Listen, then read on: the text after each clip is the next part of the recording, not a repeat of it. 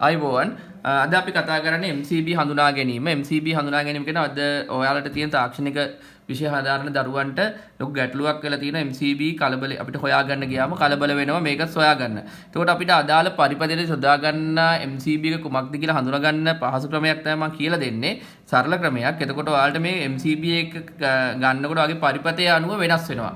ඔයා යොදන්නේ කෙවිනි පිටවානක් කියන කියන්නේ ප්ලග් බේස් එකක් කියන පරිපථයක්ද නැත්නම් බල්බ පරිපථයක්ද සීනු පරිපථයක්ද අදාළ පරිපථයන් වෙනස් අනුව මේකේ තියෙන සම්පූර්ණ ධාරාව ගමන් කරන MCB එක වෙනස් වෙනවා. අපි යොදා ගන්න ඕනේ MCB එක වෙනස් වෙනවා. එතකොට මේ MCB එකක් කියන්නේ ඇත්තටම ෆියුස් එකක් පරිපථයක් සම්පූර්ණයෙන් විදුලිය ලුහුවත් වීමකදී ආරක්ෂා කරගන්නා උපාංගයක්. එතකොට මේ උපාංගයේ අපිට තියෙනවා මෙන්න මේ ධාරාවක්. ඒ කියන්නේ නියමිත රේටඩ් ධාරාවක්. කියන්නේ මෙතනින් එහාට යන්න බෑ කියලා අපි මේක සටහන් කරනවා. මේකේ තියෙන විශේෂත්වය තමයි ෆියුස් එකක් පිච්චුනොත් අපිට ගන්න ආපස්සට භාවිතා කරන්න බෑ. ඒක ඉවත් කරලා අලුත් එකක් දාන්න මේක නැවත නැවත භාවිතා කරන්න පුළුවන්.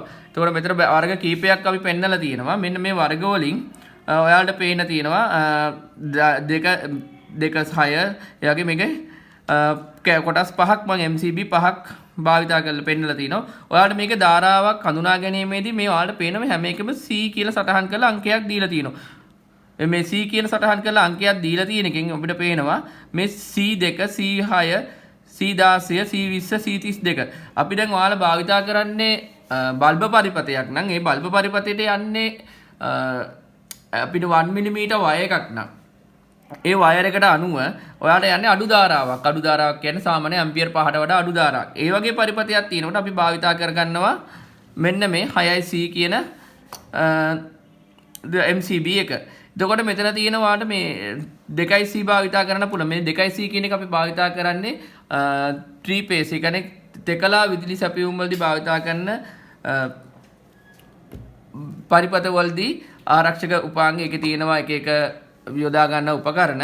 ඒවට අපි ආරක්ෂාට යොදා ගන්න MCB එකක්. අපි දැනට ඒක අපි ගෘහස්ත විදුලියේදී අපි භාවිතා කරනවා අඩුයි. ඒක නිසා අපි ප්‍රධාන වශයෙන් හම්බෙන්නේ මෙන්න මේ ආකාරයේ මේ අගයන් වලින් අපි කෙවිනි පිටවානකට සුදුසු එකක් ගන්න ගියොත් ඔයාලට පේන මෙතන 6C. ඒ කියන්නේ කෙවිනි පිටවානක් 13යි ඇම්පියර් ගන්න කෙවිනි පිටවානක් වුණොත් දැන් අපි එන්නේ ලංකාව භාවිතා කරන්නේ 13 ඇම්පියර් තියෙන කෙවිනි පිටවාන. ඒ කියන්නේ කොටු හැඩි කෙවිනි පිටවානක්. එතකොට කෙවිනි පිටවානකට මේකදී අපි 6C දාලා භාවිතා කරොත් ඒ පරිපථය භාවිතා කරන්න බෑ. අපි ඇම්පියර් 6ට වඩා වැඩි එකක් මේ භාවිතා කරනකොට මේ MCB ක්‍රියාවිරීත කරන්න ගන්නවා.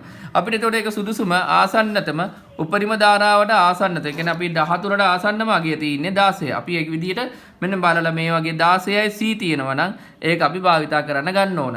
ඒ වගේම 6යි 20යි C කියන්නේ සාමාන්‍යයෙන් මේ 16ට වඩා වැඩි 20ට වඩා අඩු එකක් අගයක් භාවිතා කරනවා නම් අපිට 20IC භාවිතා කරන්න පුළුවන්.